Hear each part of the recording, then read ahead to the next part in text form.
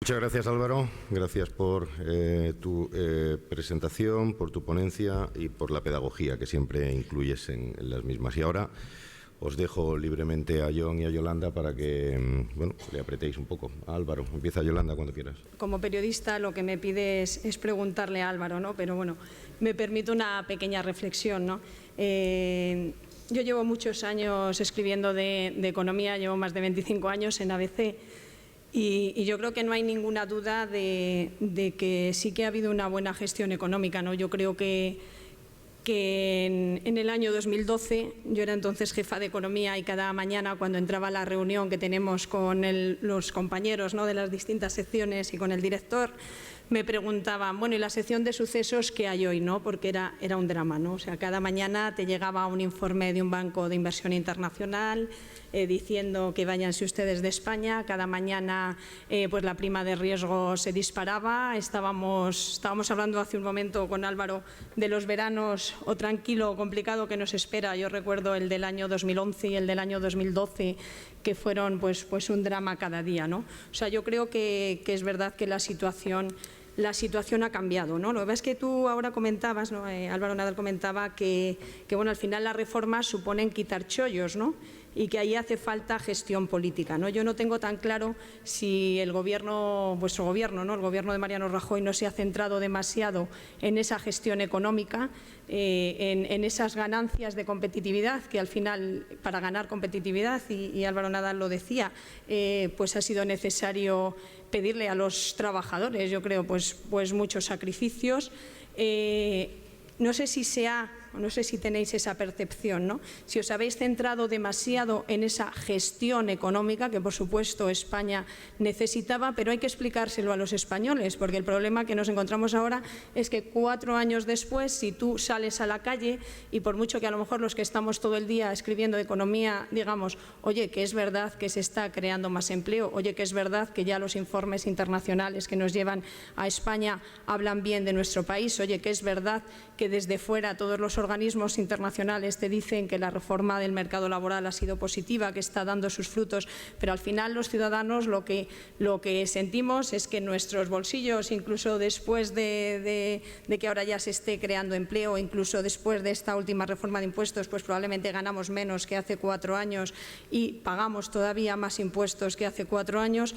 Los ciudadanos ven que efectivamente se está creando empleo, pero es verdad que los sueldos siguen mucho más bajos y lo que te dicen es que se está creando empleo, pero ese empleo, pues los jóvenes empiezan ganando muy poco dinero, incluso la gente muy mayor que quedó fuera y que ahora se está volviendo a incorporar, pues por supuesto se incorpora con sueldos todavía muy bajos. Pues es verdad eso, que se le han quitado muchos chollos a todo el mundo y cada uno, y en eso estoy de acuerdo contigo, Álvaro, cada uno nota lo que se le quita, pero probablemente esa mejora colectiva se nota menos. Entonces ahora llevamos 4 años después, que hay que pasar unas elecciones que yo no tengo claro si los ciudadanos son conscientes o si desde el Gobierno se ha hecho el suficiente esfuerzo para explicar, oye, esto era necesario, esto había que hacerlo y era la única manera de sacar a España del país. Y el problema es que ahora nos presentamos ante una inestabilidad política, que lo hemos visto en las elecciones autonómicas y municipales.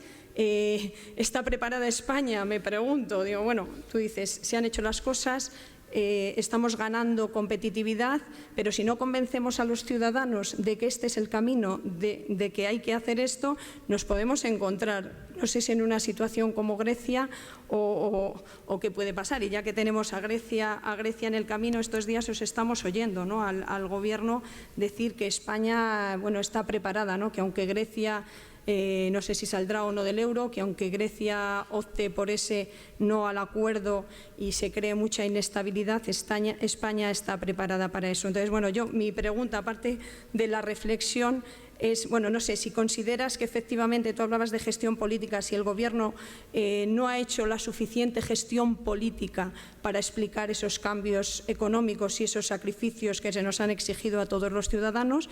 Y segundo, ¿qué puede pasar en España si finalmente pues los ciudadanos, porque por supuesto a todos nos convence más que nos den un cheque de 400 euros, como nos dio el señor Zapatero en las elecciones del 2000, no me acuerdo cuál, las del 2008, y a la gente le convence problema es que le des una renta de 700 euros a todo el mundo, a que le digas hay que ser más competitivos, hay que seguir con salarios bajos. Entonces, bueno, no sé, Álvaro, ¿cómo ves esta situación? Lo de la macro y la micro, es decir, o el INE hace más las estadísticas, porque cuando tú tienes el PIB creciendo quiere decir que hay más actividad que se crea que se destruye.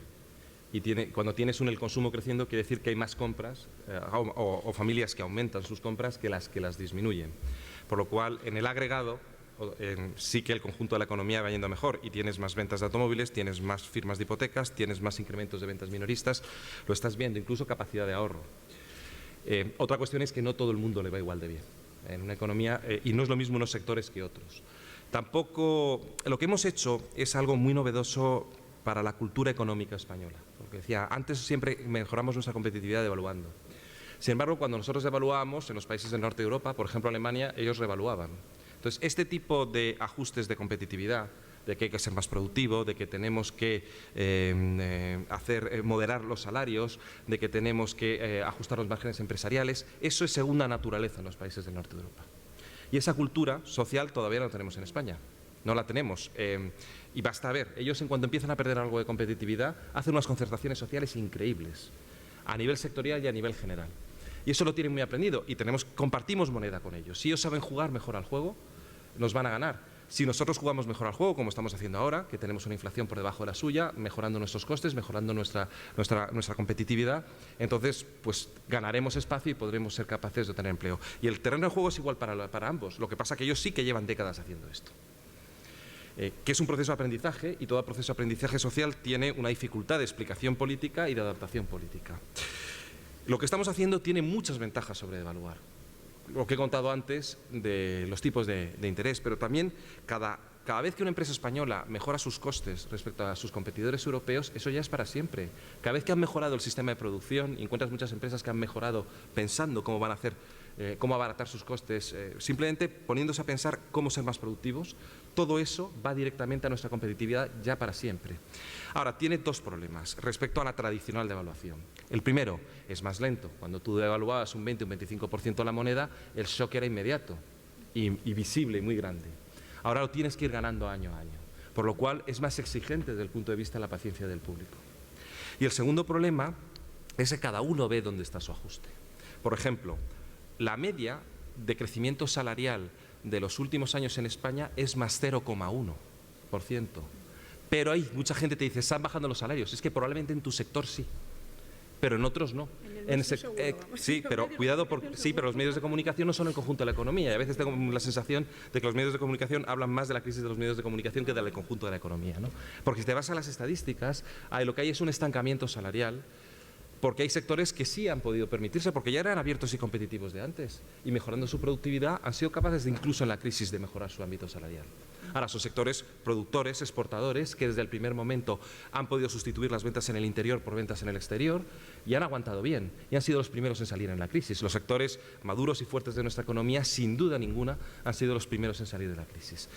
Entonces, de entrada, lo que tenemos que tener claro es que el ajuste ha sido diferente según qué profesión tenías, qué sector estabas, a qué te dedicabas, y la media da lo que da. La media da que el conjunto de la economía española se ha producido un ajuste relativamente equilibrado, pero claro, es asimétrico. No estábamos acostumbrados a un ajuste asimétrico, que es el que te viene de la no devaluación, sino de hacer el ajuste sector por sector, empresa por empresa. Y luego, además, tenemos un problema, y es que cada uno lo hace sin saber qué hacen los demás. Entonces, tenemos un discurso bastante letal en España sobre lo que ha sido este proceso de ganancia competitiva de nuestra economía. Acusaciones típicas. Se ha ajustado el sector privado, pero no el público. Esa es tipiquísima, que se lo digan a los alcaldes de este país. Hay 300.000 empleados menos en el sector público. Y hay auténticas historias de dramas, de cosas que han tenido que hacer los gestores públicos en comunidades autónomas, incluso en la Administración central y a nivel local, de cómo ajustar unas cuentas en unas condiciones prácticamente imposibles. El decir que no se ha hecho ese esfuerzo por parte del sector público es injusto, como sería decir que no ha habido un esfuerzo en el sector privado, como te lo dicen algunos, que te dicen no, es que todo el ajuste ha ido para los trabajadores de la sanidad pública, de la sanidad y de la educación pública, pero no para los directivos de las empresas. Otra de las acusaciones típicas de este país. Pues no es verdad, si comparas un esfuerzo con el otro. Otro típico, que lo acabas de mencionar tú. Lo han hecho los trabajadores, pero no las empresas. No es verdad. El margen empresarial no es el beneficio. Los beneficios empresariales durante la crisis se han reducido muchísimo, entre otras cosas, porque aunque tengas margen, te lo estaba comiendo los intereses de las deudas empresariales. Los costes fijos empresariales aumentaron muchísimo, los medios me refiero, porque al reducirse la producción tenían que seguir pagando la deuda empresarial y tenían exceso de capacidad. ¿Y cuántas empresas han cerrado? ¿Y cómo están los márgenes? Si cualquiera te decía, yo hago exportación simplemente por mantener el mercado, porque no soy capaz de obtener rendimiento en el mercado nacional. El precio del inmobiliario se le ha bajado a todo el mundo, de una media de un 40%, a unos más, a unos menos. Es verdad, por ejemplo, ahora quien se vaya a comprar una vivienda va a estar en muchísimas mejores condiciones que el que se la iba a comprar hace 5 o 6 años. El ajuste es general. Nosotros hemos intentado que sea lo más general posible y ahí las reformas estructurales, por ejemplo, sectores que se pensaban, cuando decía antes el tema de los chollos, ¿no? Sectores que se pensaban hasta cierto punto totalmente protegidos por muchas razones, pues han recibido importantes cambios regulatorios para que también participen en el proceso de ajuste. Y puedo poner ejemplo el sector energético. Nosotros hemos intentado por todos los medios que ese ajuste sea lo más general y equilibrado posible. No lo consigues nunca del todo. Ahora, yo creo que el lenguaje más letal que está habiendo ahora mismo en el debate económico precisamente es este. Yo soy el único que me he ajustado y los demás no. Eso no es ver lo que ha ocurrido con el resto de la economía y con el resto de la sociedad. Ahora, es el aprendizaje político más complejo. Es donde nosotros no hemos tenido que adaptarnos en apenas unos años a lo que los países del norte de Europa llevan décadas practicando y lo consideran segunda naturaleza. Y tenemos que correr mucho, porque ellos llevan ya mucho tiempo haciéndolo y son los que van marcando la línea del euro, porque evidentemente los países de éxito son los de mayor renta por habitante. Eso no lo vamos a discutir y ellos no van a cambiar su manera de funcionar. Tenemos que ser nosotros los que nos adaptemos. Lo de Grecia. A ver, estamos como estamos porque llevamos 3 años haciendo las cosas razonablemente bien. Estamos haciendo y hemos ganado esa capacidad competitiva, hemos aumentado esa capacidad exportadora, tenemos superávit exterior y todo eso te blinda. Es decir, no se improvisa una resistencia frente a una crisis como la griega en 24 horas. Es porque has ido saliendo de todos los agujeros en los que estabas metido. Nuestra banca está saneada, tenemos inflación más baja que nuestros socios, estamos reduciendo el déficit público. Todas estas cuestiones te llevan a que la economía española se percibe como una economía de bajo riesgo. Hay volatilidad, porque más siempre hay gente que quiere obtener ganancia a río revuelto, pero bueno, la economía española no va a tener ningún problema ni en sus emisiones de deuda, ni en la calificación de su deuda, ni en su capacidad de inversión, ni en su capacidad de crecimiento. Sí lo tendría, evidentemente, si cambiamos las políticas, eso sí, porque entonces sí que tendríamos una situación muy diferente, en la que la pérdida de competitividad te lleva a lo que te lleva y, sobre todo, que viendo la experiencia griega se aceleraría por la reacción de los mercados. Sí, muchas gracias. Gracias por invitarme a este coloquio. Y te quiero aprovechar a que está Álvaro aquí. Bueno, básicamente yo estoy muy de acuerdo con gran parte del diagnóstico que él ha hecho. De hecho, yo creo que es parte además de lo que nos ha estado transmitiendo a los periodistas durante todos estos años.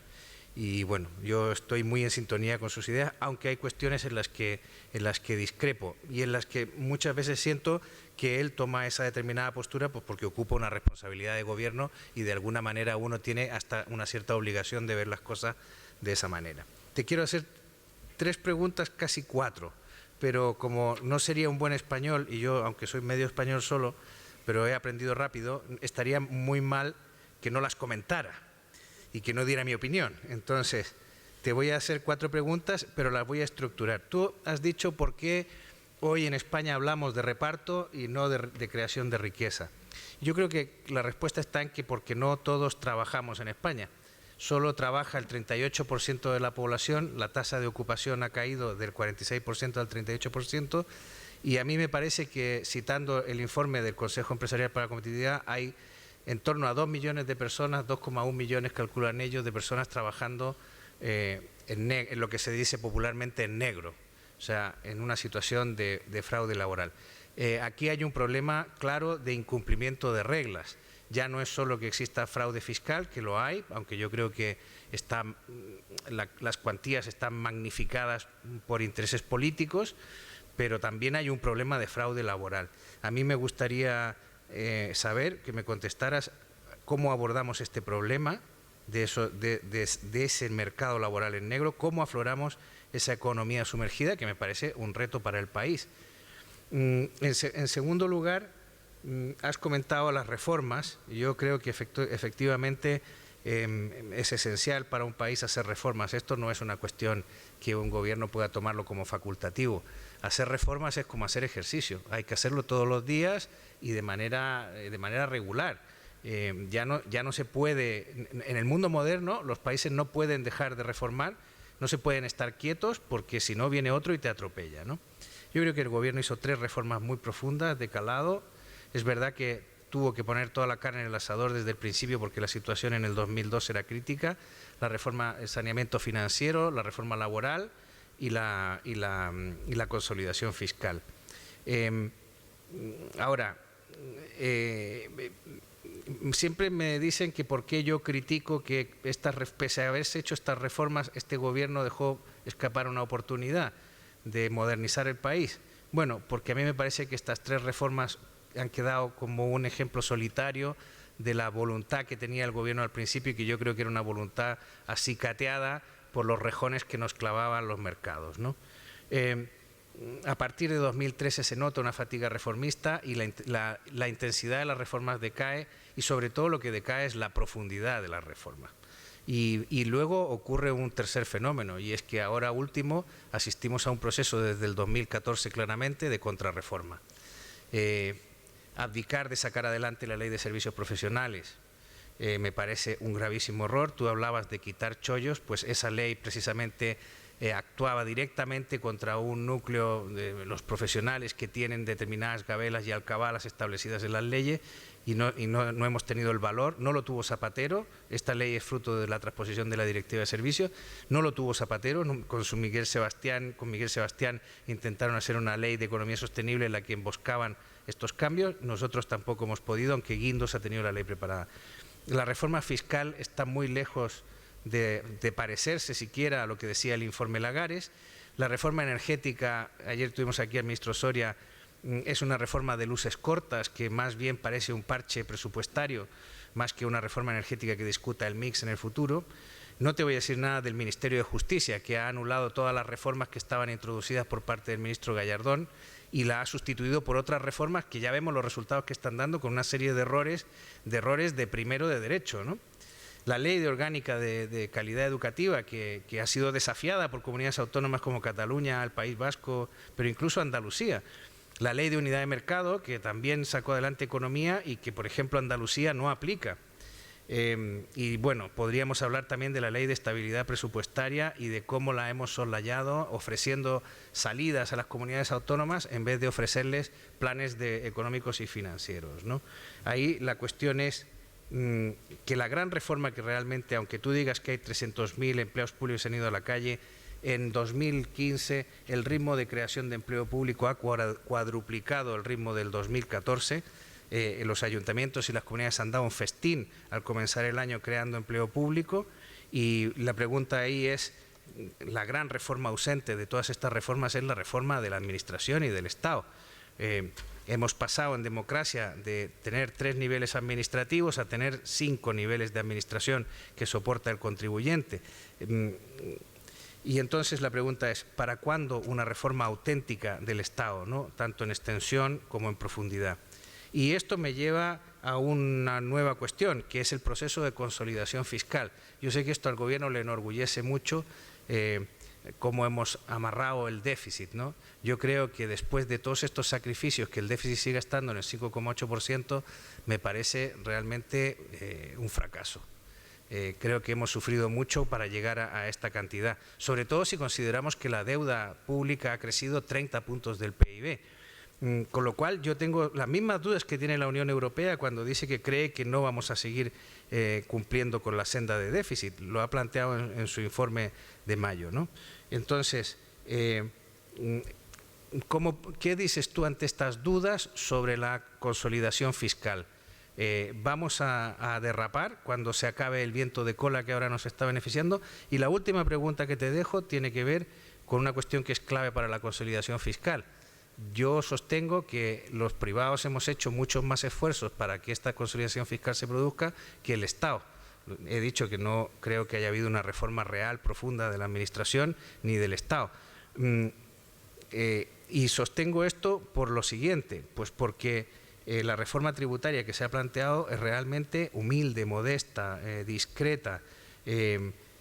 Resulta que en el año 2014, bueno, o sea, el Gobierno incumplió, como reconoció ayer el ministro Soria, su promesa de no subir los impuestos y los subió.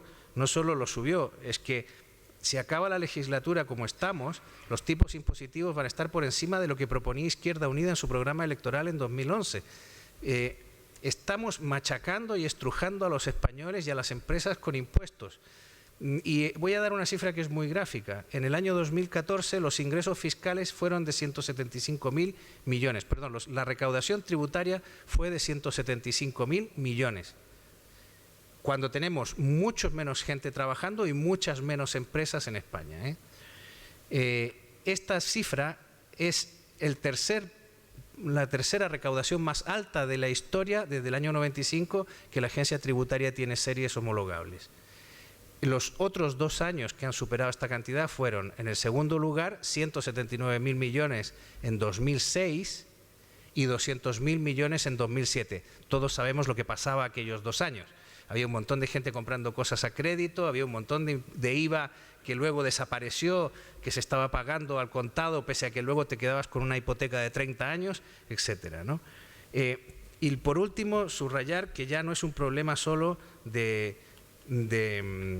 presión fiscal, ¿no? Que la presión fiscal efectivamente llegaba al 15,2%, es casi la más alta de la historia, sino que además esto castiga especialmente 2 factores, ¿no? Uno, nuestra cuña fiscal está 5 puntos por encima de la media de la OCDE, es decir, aquí hay que meter las cotizaciones sociales. Un gran logro del informe Lagares es por fin considerar las cotizaciones sociales como lo que son, un impuesto al trabajo, y dejarnos de bromas. Y la cuña fiscal, por un lado, que no se ha abordado, se dijo que se subiría el IVA para bajar esa cuña fiscal, tampoco eso es una cosa que se haya cumplido, esa idea se abandonó hace tiempo. Y en segundo lugar, bueno, pues todos sabemos, y luego viene un informe de desigualdad, que la pérdida del empleo ha sido el factor principal de incremento de la desigualdad en nuestro país, pero es que la subida fiscal, el hachazo fiscal de 2011, corroborado en julio de 2012, ha hecho, por ejemplo, que mañana se celebra el Día de la Liberación Fiscal. O sea, hasta el 1 de julio trabajamos los españoles para el Estado. Pero que las familias más castigadas son precisamente las familias con hijos, que pagan un tipo cuya presión tributaria es casi el doble que la de los países comparables de la OCDE. Con lo cual penalizamos 2 cosas que me parecen claves para pensar en el futuro de este país: el trabajo y los hijos. Y entonces ahí la pregunta es, ¿es aceptable llegar al final de la legislatura con este nivel impositivo? Hay muchas cosas de las que hablar y muchos juicios de valor, que por lo menos yo puedo tener también los míos. Economía sumergida, quien la pueda medir que la mida, porque por definición no se puede medir. ¿Qué se hace? Pues yo creo que la lucha contra la economía sumergida que ha habido en España en esta legislatura ha sido muy intensa y con un esfuerzo muy grande por parte de las administraciones públicas, y se han recogido bolsas de fraude enorme. Decir que en el paro en España no es un problema real, que la gente está trabajando en negro, me parece una exageración y totalmente fuera de la realidad. No, digo que si alguien dice algo parecido, ¿no? Me parece una exageración y totalmente fuera de la realidad.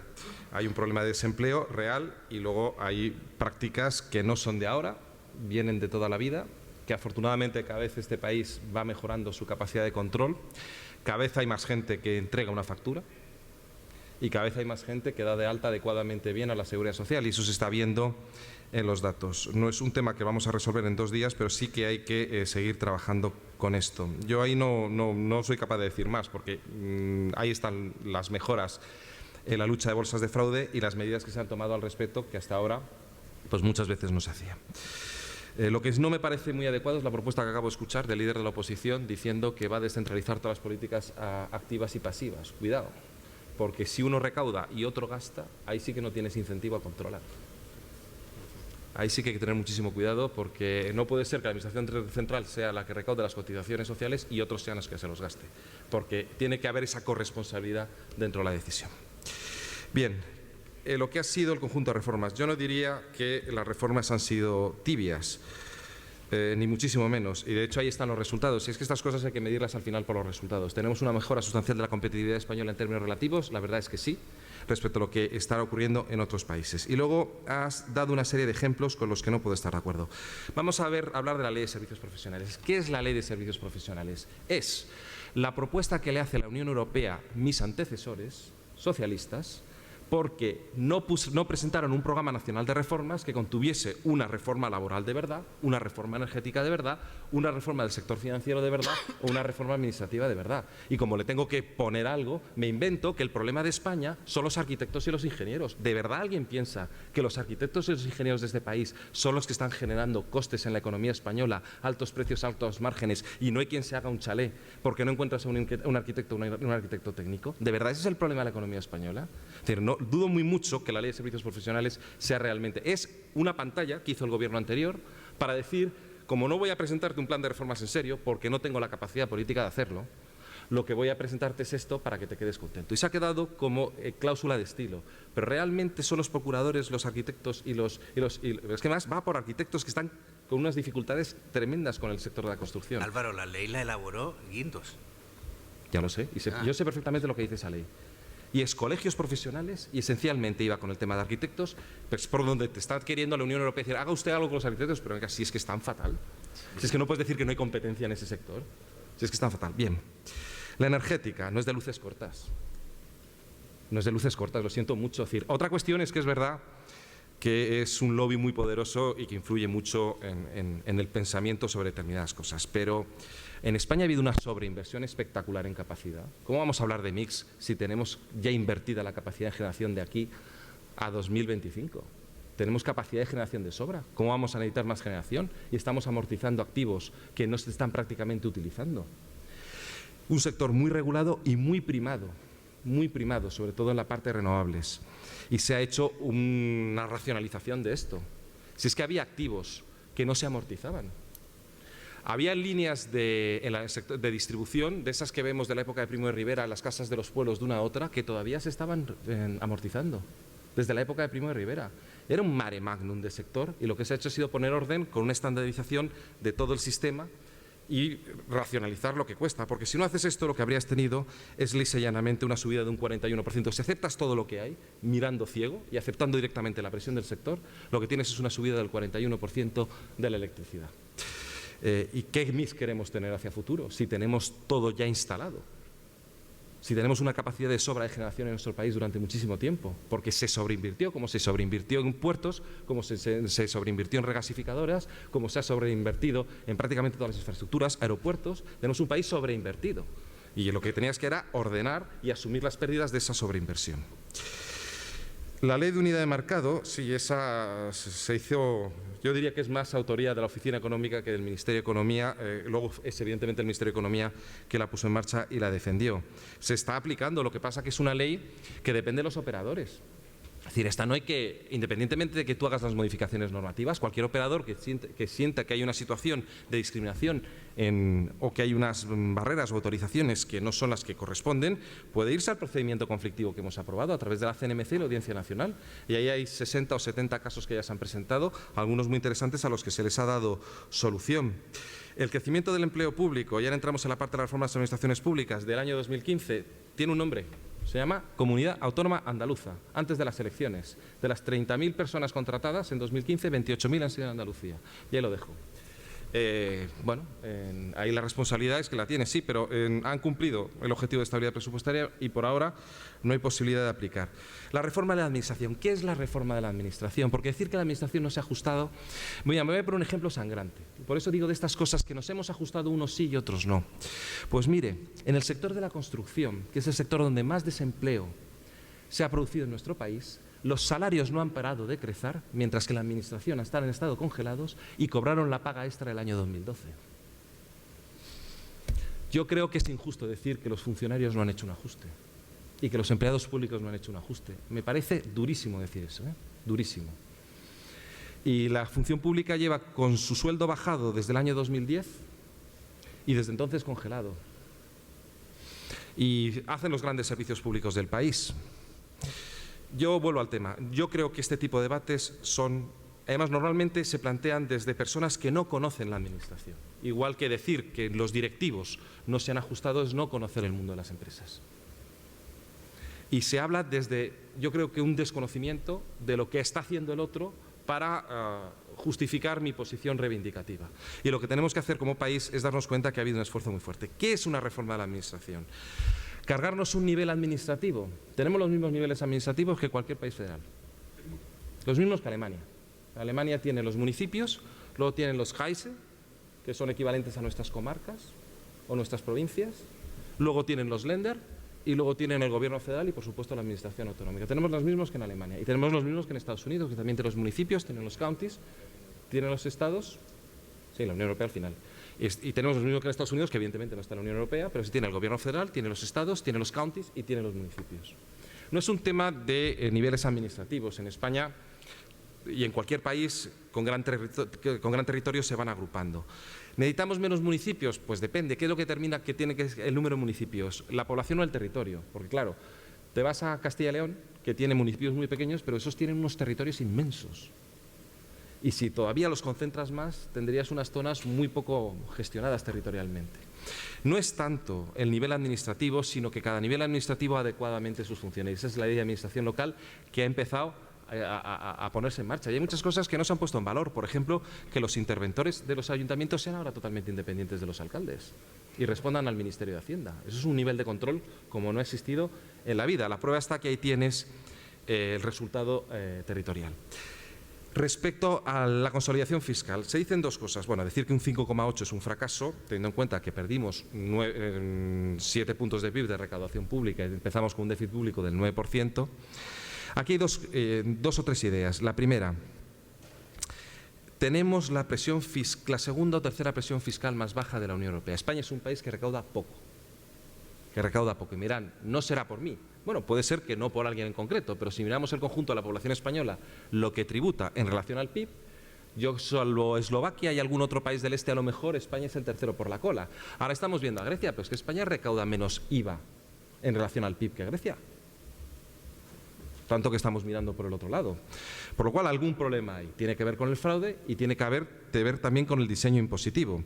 Pero desde luego es un país que le cuesta recaudar. Tiene poca capacidad de recaudación en comparación con el resto de los países europeos. Y tampoco tenemos un alto nivel de gasto público. Estamos en el tercio bajo del gasto público en la Unión Europea. De los 440.000 millones de euros que tenemos de gasto público, la principal partida es pensiones, 130.000, la siguiente es sanidad, 70.000, la siguiente es educación, 50.000, las siguientes intereses de la deuda, 30.000, junto con desempleo, otros 30.000, unos 20.000 en servicios sociales y otros 20.000 en infraestructuras. Ahí va el 80 y tantos % del gasto público. Luego además tendremos que pagar el servicio exterior, la defensa, la educación, la justicia y luego algunas otras cuestiones que hacemos, por ejemplo, subvenciones al mundo empresarial y otro tipo de cuestiones. Decir que hasta el día de hoy trabajamos para el Estado, no. El Estado solo se queda con menos del 10% de lo que recauda. El resto lo devuelve en términos de pensiones, o las pensiones no las tenemos que pagar. O sea, cuando nosotros recaudamos para pagar las pensiones o pagar el seguro de desempleo, eso no se lo queda al Estado. Eso no es trabajar para el Estado. Es trabajar para los pensionistas. Si me quiere decir trabajar para los pensionistas, es verdad que es trabajar para los pensionistas. Si me quiere decir que es trabajar para los parados, es verdad que es trabajar para los parados. Si son 70.000 millones de gasto en sanidad, es trabajar para los que están en una situación de falta de salud a los que hay que atender. Para eso sí también estamos trabajando hasta el día de hoy que liberamos. Es decir, yo no comparto la idea de que pagar impuestos es tirarlos a la basura o hacer que los que estamos en las responsabilidades públicas hagamos con eso cualquier cosa que no le es útil al ciudadano. El gasto público vuelve a los ciudadanos y los gastos administrativos que se quedan en las administraciones de funcionamiento son menos del 10% de lo que se está pagando. Y ahí siempre se puede mejorar la gestión, pero no nos engañemos. Cuando estamos hablando de reducir el gasto público, estamos hablando de ir a cualquiera de estos elementos del 85%. Y claro que hemos hecho reformas. Hemos hecho una reforma sanitaria, hemos hecho una reforma educativa, hemos hecho una reforma en pensiones. Todos los grandes gastos, que son muy rígidos además, los intereses de la deuda bajan por la bajada de prima de riesgo y hemos hecho también una reforma en el seguro de desempleo. Todos los grandes gastos han tenido su reforma. Ahora, decir que pagar impuestos por definición es malo es decir que yo no quiero que haya sanidad pública, que no quiero que haya educación pública, que no quiero que haya pensiones, que no quiero que haya ese tipo de cosas que es con las que pagamos en un 80 y muchos % con nuestros impuestos.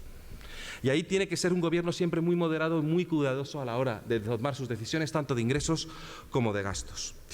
La reforma tributaria, claro que a todos nos gustaría encontrar una mina de diamantes y no tener que cobrar impuestos para financiar estos gastos públicos, pero pensemos lo que es la clase media de este país, tanto que se habla de la clase media. En la encuesta de salarios nos lo acaban de decir, el sueldo medio de este país está en 23.000 euros y el sueldo mediano en 19.000. Una familia en media española está con unos ingresos brutos anuales de 30 y tantos mil. No ahorra y su único ahorro para su futuro, aparte de su propia vivienda, es la pensión pública. No tiene dinero para mandar a sus hijos a una universidad privada, de forma que si tienen talento tienen que contar con una universidad pública, y si están enfermos utilizarán la sanidad pública porque no tienen capacidad económica para pagar grandes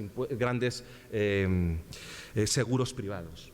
Evidentemente hay una clase más acomodada y hay una serie de personas más acomodadas que esto. Pero el conjunto de la población española necesita estos servicios públicos y se tienen que financiar, y somos un país que recauda relativamente poco respecto a la media de la Unión Europea. Que tenemos que hacer reformas fiscales para que con menor esfuerzo fiscal de cada uno y con una economía más fuerte seamos capaces de recaudar lo suficiente para atender a este estado del bienestar es innegable. Pero decir que por definición hay que bajar los impuestos, hombre, lo puede decir gente que no le preocupa su pensión pública porque tiene riqueza propia, que no le preocupa la sanidad pública porque tiene su seguro privado, tiene dinero de sobra para pagar otro tipo de educación a sus hijos y no le preocupa el seguro de desempleo porque tiene también patrimonio propio. Pero la mayor parte de la población española necesita estos recursos y no podemos, yo francamente no creo que debamos darle al sector público un chinazo tan serio como para decir todo tiene que bajar. Toda la recaudación tiene que bajar. Ahora, dicho esto, tampoco la otra opción, que es lo que estoy escuchando en toda la oposición de izquierdas. Tenemos que aumentar nuestra presión fiscal hasta la media europea, que son 90.000 millones de euros. Oiga, ¿de dónde los sacamos? Todo el esfuerzo que nosotros pedimos a los españoles en el año 2011 y 2012 son 7.000 millones de euros. Para llegar a 90.000 es un palo fiscal como el que no se ha visto en nuestro país. Es más, voy a poner un ejemplo, porque te dicen, no, es que lo vamos a sacar de los ricos. Bueno, ¿y qué es un rico? Si nos vamos al último renglón de la estadística de la agencia tributaria, que son, se supone, los que más ganan, estos tienen de base imponible 3.500 millones de euros. Si se les confiscase la base imponible, cosa que evidentemente no se puede afortunadamente hacer en este país porque para eso tenemos una Constitución, todavía nos quedarían 86.500 millones de euros que recaudar por parte de esa propuesta de subida de los impuestos hasta los niveles de presión fiscal medios de la Unión Europea. Entonces, si bien es verdad que las propuestas de la izquierda son disparatadas con unas subidas de impuestos que es que destrozaría la economía española y generaría un estrés social insoportable, también es verdad que la demagogia de decir que los impuestos tienen que bajar en un país que recauda lo que recauda y que necesita pagar estos servicios públicos, que en la inmensa mayoría, digo, todo el dinero que se recauda en su inmensísima mayoría le vuelve al ciudadano o en rentas o en especie. Y esto, francamente, nosotros como gobierno lo defendemos, que este tipo de cosas tienen que mantenerse en nuestro país.